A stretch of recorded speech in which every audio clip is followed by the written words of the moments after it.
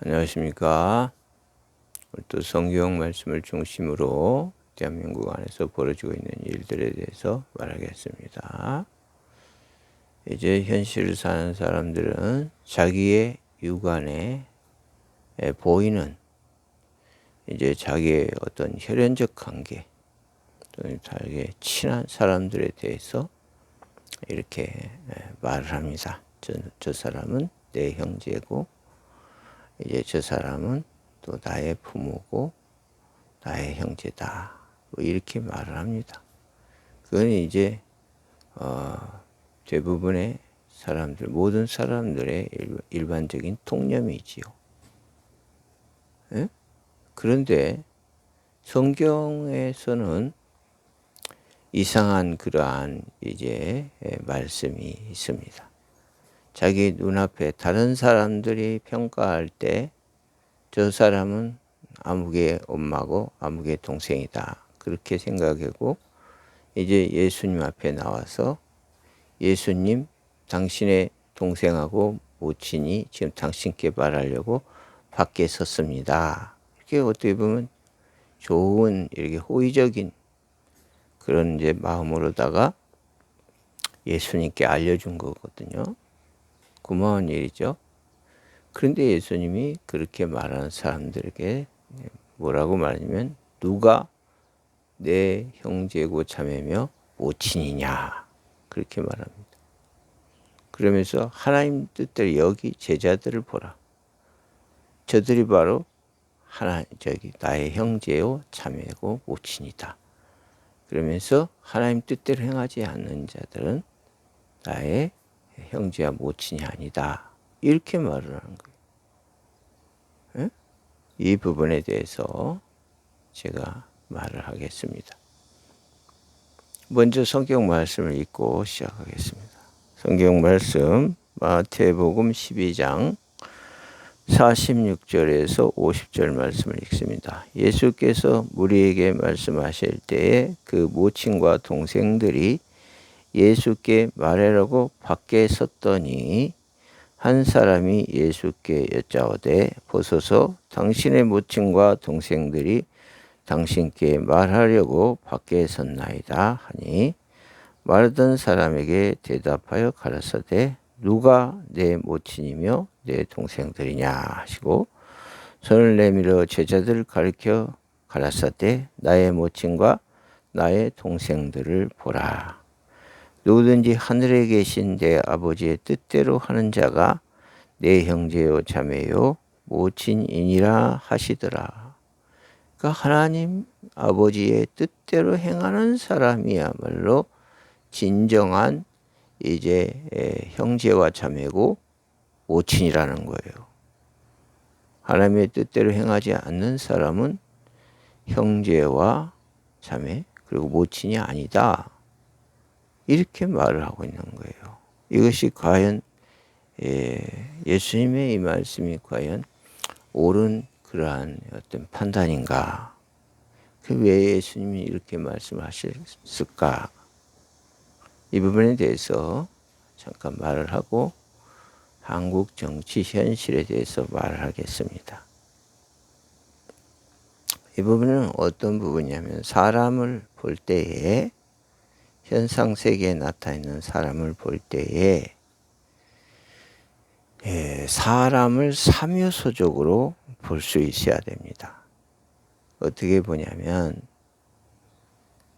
정신적 요소, 생물학적인 요소, 사회학적인 요소로 사람을 볼 수 있어야 됩니다. 그것은 자기의 혈연일지라도 마찬가지입니다. 예수님은 세상에 오실 때 혈연을 쫓아서 오지 않았습니다. 사람의 삼요소 중에 정신적인 요소가 다르고 그리고 생물학적인 요소에 있어서도 모친의 몸만 같지 그 아기신 생명의 씨앗은 다릅니다. 다른 형제들은 다 요셉의 자녀들이요 또 그 어머니입니다. 요셉의 부인이고 그런데 예수님께서는 자기를 낳은 현상세계에서 낳은 어머니까지도 나의 모친이 아니다. 이렇게 말을 하는 것입니다. 이제 예수님은 정신적 요소에 있어서는 하나님의 정신, 성령의 정신을 가지고 이제 세상에 오셨습니다. 생물학적으로도 역시 하나님의 성령의 그런 생명으로 잉태가 됐습니다. 그러므로 그들과는 다르다.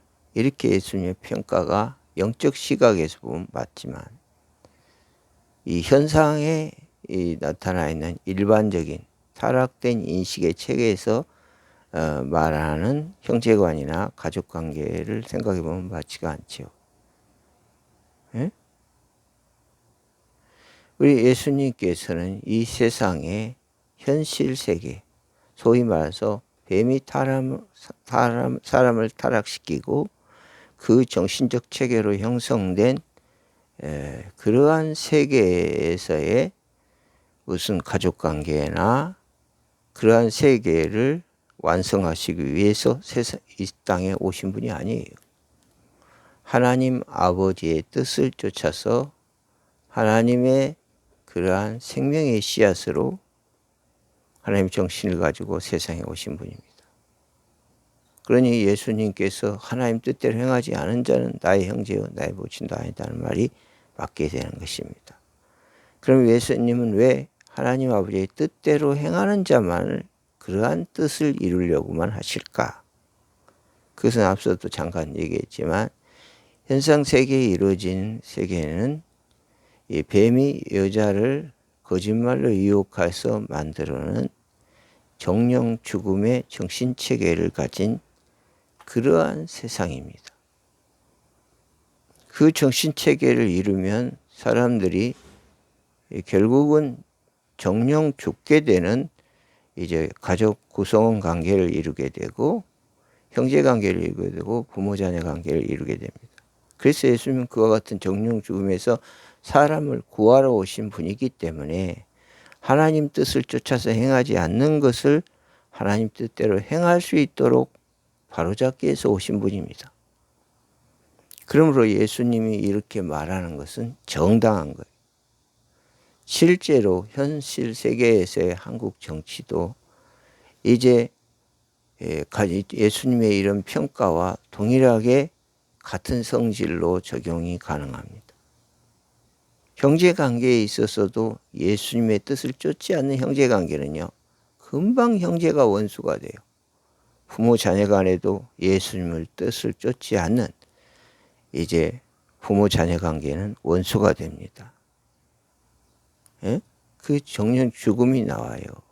그리고 사람으로서 사람답지 않고 사람이라는 이제 사회학적 존재로서의 그러한 의미를 이루지도 못하고 마귀가 사람을 거짓으로 조성한 거짓 정신에서 이 극한 이기심을 이루면서 그 마귀의 소원만을 이루려고 하는 그런 아주 고약한 사람의 삶을 만들어내는 거예요.